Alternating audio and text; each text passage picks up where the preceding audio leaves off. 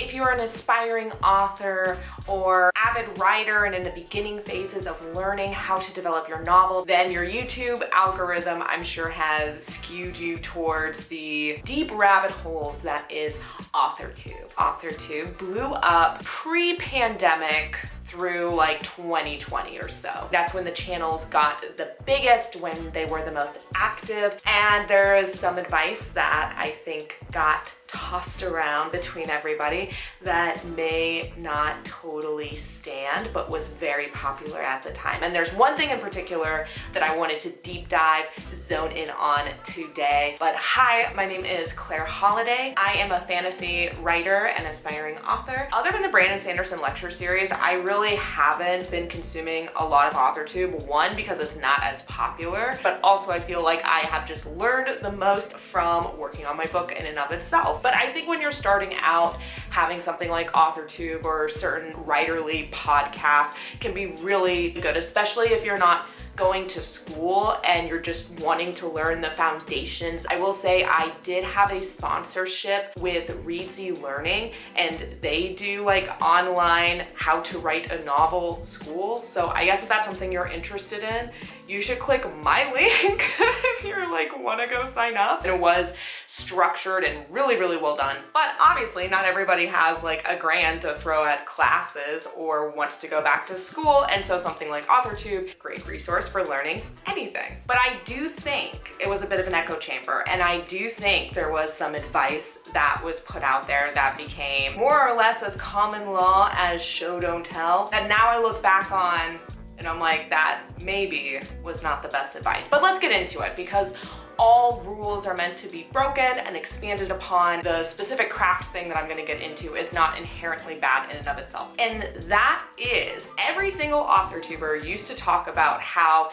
you should start your book as close to the inciting incident as possible. This was some of the most common advice out there. I think where the merits come from is that when you're starting out as a writer, figuring out where to begin a book is one of the hardest parts of writing, in my opinion. And I know for me, I'm writing a fantasy, and I have rewritten chapter 1 between 12 to 15 times. Like which characters are interacting, where it's happening, what's going on, is there action or no action, what time period are we in? Like I have started the book in a lot of different ways, because how you start the story determines the tone, determines like who the audience is going to be most attached to. The scene can determine the stakes. You're setting the stage. You're saying, hey, this is a sexy female-led thriller. This is a buddy, goofy, fantasy romp. Kind of got to establish the tone and the promises that the rest of the book is going to get into. So it is difficult. I do think when you start with a story, you have so many ideas in your head, and I think sometimes new authors, new writers, or just with a new project, you maybe start too far back, because you understand all the backstory, so you're like, oh, I gotta like fill things in. It's gonna take a while to get to the thing, da da da da da. Here's where I think that advice really took off in the AuthorTube space. Most of the AuthorTubers, especially during that like 2017 to 2020 timeline, were YA authors.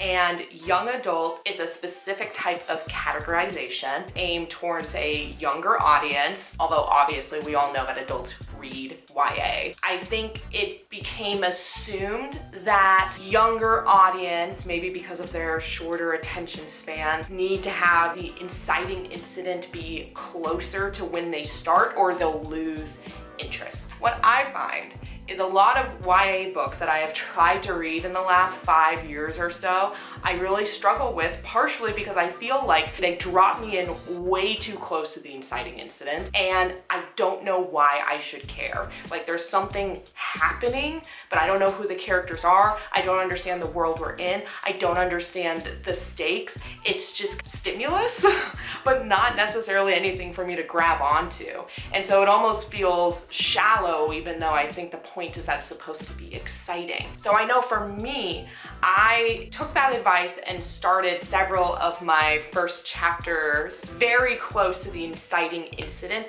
and that was the feedback that I kept getting from beta readers when I would send the chapters off to them. And these are people who like know what's gonna happen and know a lot more about my book, and they were just like, why should we care? care. Either it's just too much information too quickly because you're trying to like info dump so hard to try to make the inciting incident make sense, or they're just like, why should we care? We don't know these people. And maybe this is just the type of reader that I am. I like and certainly don't mind when things take a second to establish me in a setting and with a tone and introduce characters in a natural way. I mean, this is mainly why I'm talking about it, because I feel like I've been plagued by these YA books. I read the back and I'm like, ooh, that sounds real good. They just want to throw you into the action as soon as possible. And sometimes I stick with the stories, and sometimes I have to jump out after chapter 1 because I'm like, I just don't care. This is too much.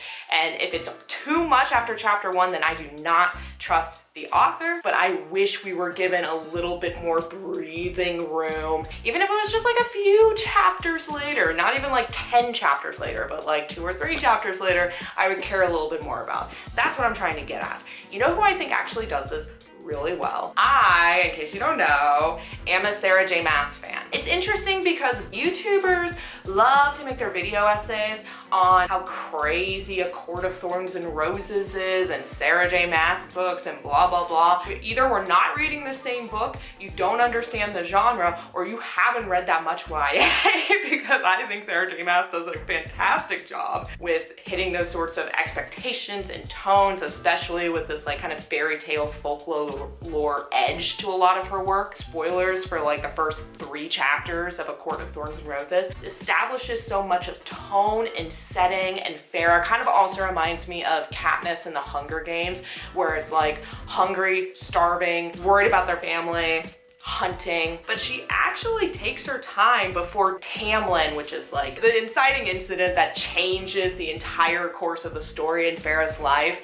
That doesn't happen until like 3 or 4 chapters in. There really does take some time to establish like Farrah and her wants and her desires and her past and the dynamics with her family and the dynamics with her village. A 2020 author-tuber would look at Sarah J. Maas's draft of ACOTAR and be like, you should start when Tamlin comes into the cottage and takes Farrah away, and just take away the whole like 5 chapters that lead up to that point. So they'd be like, you gotta start at the inciting incident. What if we breathed just a little bit? Not that there can't be action. There's action in the beginning of ACOTAR. She's hunting, she almost gets killed by a wolf. There's drama with her family. The following chapter, she's like having arguments and bickering about money. I just personally think that that is some very popular advice that has actually done more harm than good, especially to the bulk of people that were also interested in writing YA. And then I couldn't help but notice that then the YA over the last 5 years were really rough, especially in their initial chapters. So y'all should let me know the worst or most like counterproductive writing advice, specifically craft advice, that you have consumed from social media. And I'm not trying to shit on AuthorTube as a whole. I deeply appreciate and learned a lot from these free educational tools, which is what I view YouTube as, but that doesn't mean that there can't be occasional drawbacks or flukes or anything like that. Anyway, thank you guys for hanging out with me, and I will see you in my next video. Bye.